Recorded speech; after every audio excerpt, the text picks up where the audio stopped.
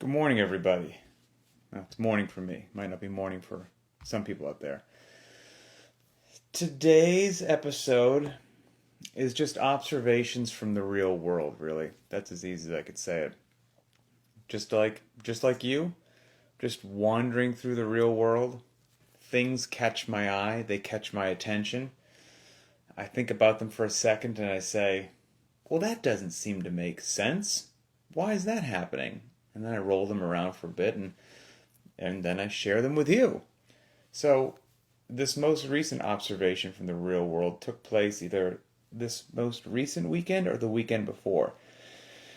We were at a basketball game for one of our boys, I think our 12-year-old, and it was at an elementary school here in Washington State. Our little baby, our 7-month-old baby, it was kind of time for her to get a little nap. So I had her front packed on me and I walked outside of the basketball court and was kind of walking up and down some of the hallways that were open at the school to get a little peace and quiet, and hopefully she would fall asleep away from the noise of the basketball game. Well, in one of these hallways, I wandered past the vending machines. And vending machines are interesting because there wasn't vending machines in school when I went to elementary school, but anyway, times have changed. So there's vending machines there. And of course, I noticed as I walked by, well, first of all, let's be honest. I was a little hungry, and if there was something tasty, I was going to go ahead and, put a little money in the machine and get a little something. But then that got me just standing there looking at what's being offered currently in the machines. And as you could imagine, maybe this is different state to state, but there was no soda available in the vending machines. No soda whatsoever. Now they had some sugar-free drinks in there, which, could be a potential rabbit hole to go down if you want. But there was no Coke, Pepsi, Sprite, Mountain Dew, whatever, you name it, none of that. And initially, right, that sounds really good on the surface, right? Like there's no soda in vending machines at elementary schools. Great. And you probably say, what led to that decision? Well, we can probably take a stab in the dark. I don't want to speak for anyone else's country, but here in the United States of America, the health level of our children, we're not exactly crushing it. And so, hey, let's make some good decisions. Let's not make soda available to kids in elementary schools, and then they won't, unbeknownst to their parents, go to the vending machine and have a Coke between classes or something like that, and that should help what's going on, right? So we've got a problem, the current state of health with our children. Well, let's get a solution to that problem. Let's remove soda from vending machines. That kind of makes sense, right? You can follow the bouncing ball on that. Of course, you can now still take a look around and say, does that seem to have made any sort of an impact? And I guess it's open for interpretation, but again, America's youth does not seem to be crushing it at the time being. Or maybe that helped. But here is my issue with it. And I'm not taking a stand on this, right? Because somebody will, quote snipe me and be like, Pat Sherwood says he, thinks it's dumb that soda's not in vending machines. Like, that's not what I'm saying. But what I'm not a fan of is fake solutions to real problems. That's what I'm not a fan of. And that kind of just struck me as a fake solution to a real problem. I think what's going on with America's youth is a real problem. And I think the removal of soda from vending machines is a feel-good solution. And maybe a good step, right? But what I thought was interesting as I stood there with my baby hopefully sleeping on my chest, just looking at what was still offered in the vending machine. So sure, I couldn't get a Coca-Cola. I couldn't get a Sprite, right? And then most people would probably be like, great, sounds good. But what was available to me in the vending machine was a wonderful little 2-pack of brown sugar cinnamon Pop-Tarts. That was still available in there. Now, don't get me wrong. In my earlier life, I've had brown sugar Pop-Tarts, and I'm here to tell you, they're delicious. They're about as far from real food as you can get, but they are a delicious treat. I don't eat them anymore, but now that I say that, maybe my cheat night. Maybe I'll have myself a brown sugar Pop-Tart. But anyway, I digress. So I thought to myself as I stood there, just, got some time to kill with the baby hopefully not waking up. I'm like, I'm going to assume that they removed soda from this machine because there's so many calories in a bottle of Coke. I'm like, but this 2-pack of brown sugar cinnamon Pop-Tarts, I wonder how many calories is in that, because it's still available, so I guess that's not a problem, right? I mean, because if the actual issue is to get sugar out of there because you don't like what's going on with America's youth, well then you'd get sugar out of there and not just this one thing that you kind of seem to villainize. And I understand that it's easier to drink a bottle of something than it is to munch on something, but don't get me wrong, it's not hard to munch on 2 delicious Pop-Tarts and just crush them very quickly. I've lived that life. It's easy to do. Broke out the phone, did a little research, and that 2-pack of brown sugar cinnamon Pop-Tarts, delicious as I know that they are, in that 2-pack is 420 calories. Okay? 420 calories. And I then said, my little squirrel brain started going again. Just a human being walking on planet Earth making observations.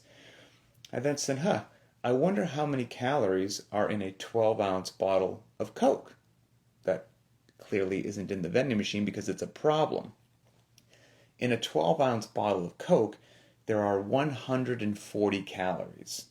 Okay, I'll do the math for you. I did the math before this. In that 2-pack of brown sugar cinnamon Pop-Tarts is 420 calories.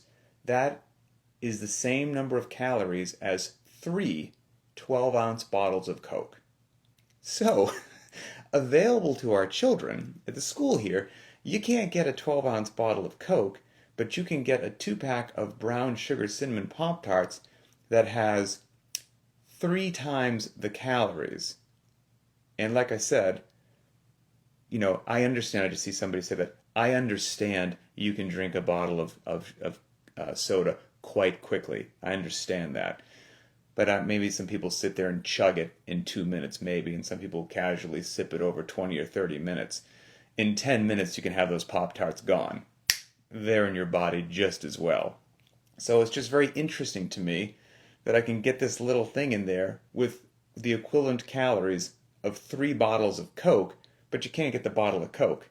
So again, I'm not sitting here making some sort of, I'm not running for the school board or some sort of political stand about what should or shouldn't be policy. It was just an interesting observation on planet Earth. That's all. And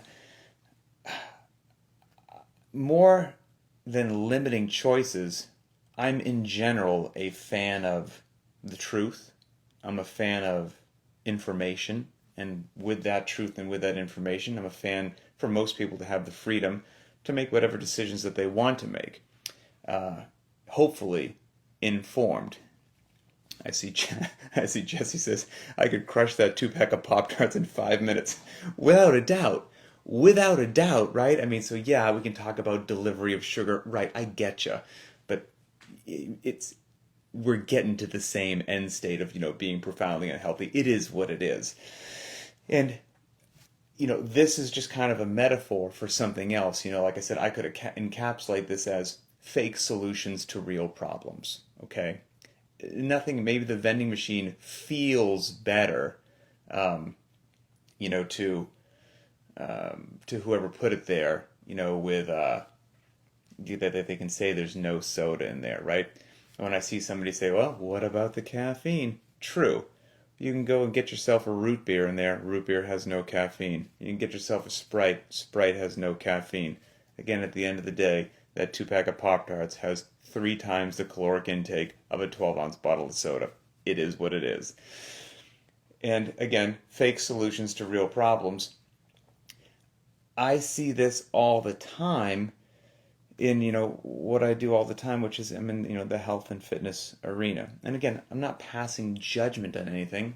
I'm just walking around with the experience that I've got from living my life and observing things and going, well, that makes logical sense, or, that doesn't quite seem to make logical sense. And what I see with fake solutions to real problems in the health and fitness arena all the time is, I'll get people that message me with random questions, or when I cross their path and chat with them, they may have a real problem. They're unhappy with their body composition. They're unhappy with something going on in the gym. Like, you name it. They've identified some sort of real problem that they would like to address.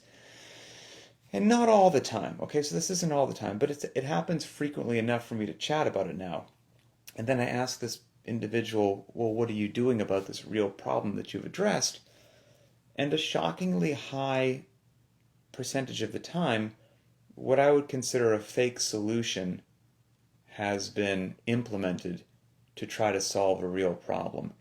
And if you are trying to solve a real problem with a fake solution, I don't think you're going to be met with any sort of fulfillment or success. That's kind of the point right there.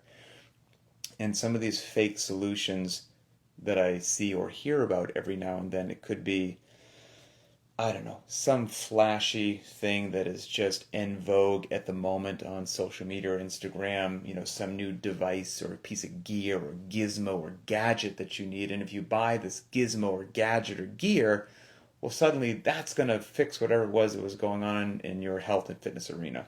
Maybe, but probably not.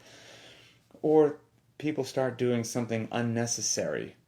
They want a second training session each day or whatnot.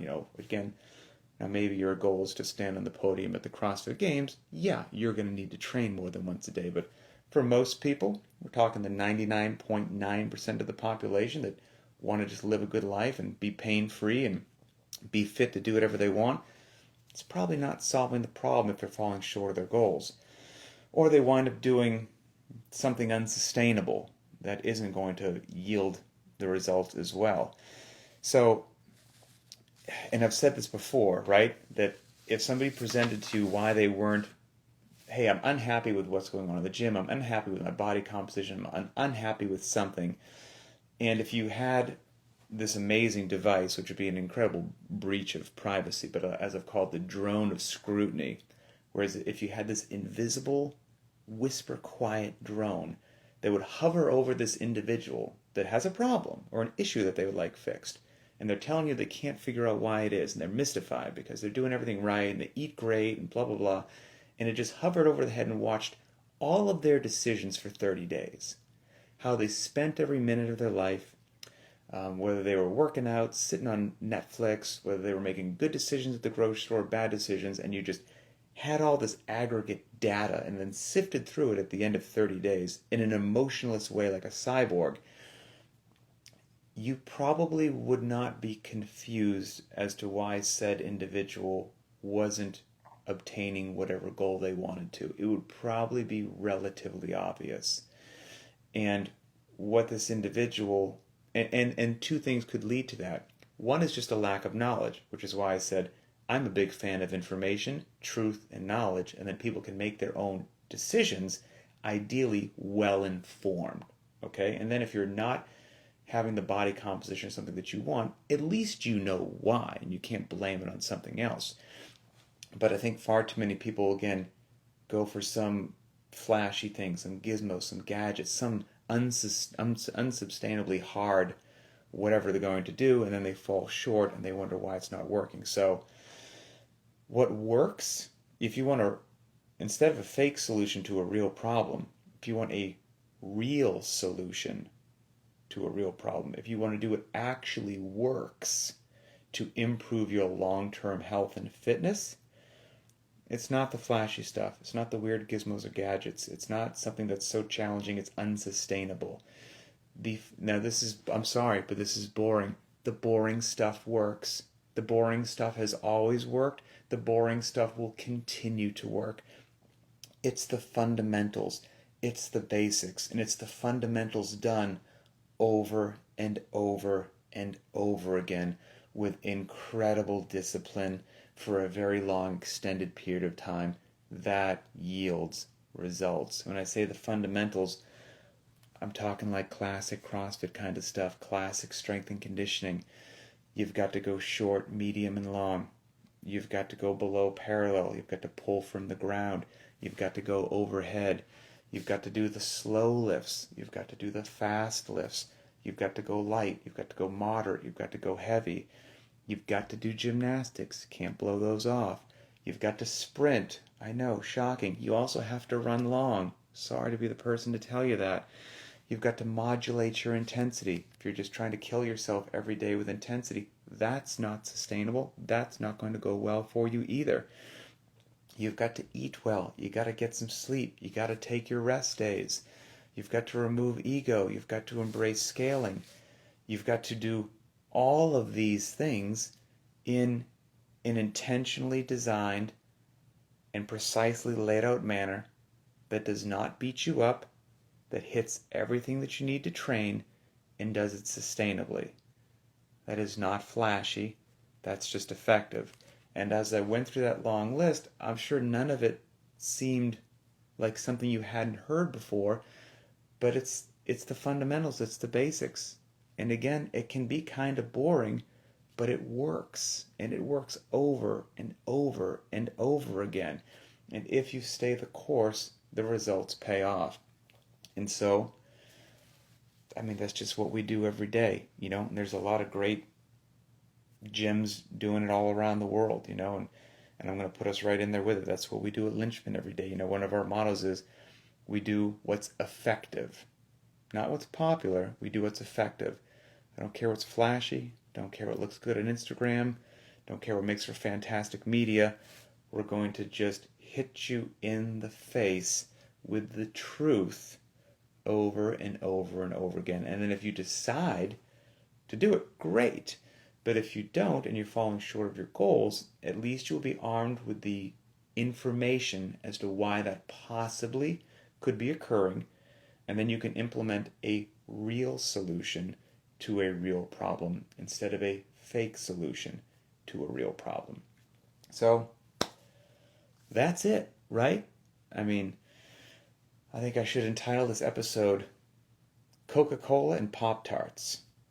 I think that would be a home run, right? So, anyway, that's it. Have a great Tuesday, everybody. Today's back squats. I'll be getting in the gym later. I actually have my squat shirt on. That was an actual crazy coincidence. Get some squats in today, and life will be good. We'll talk later.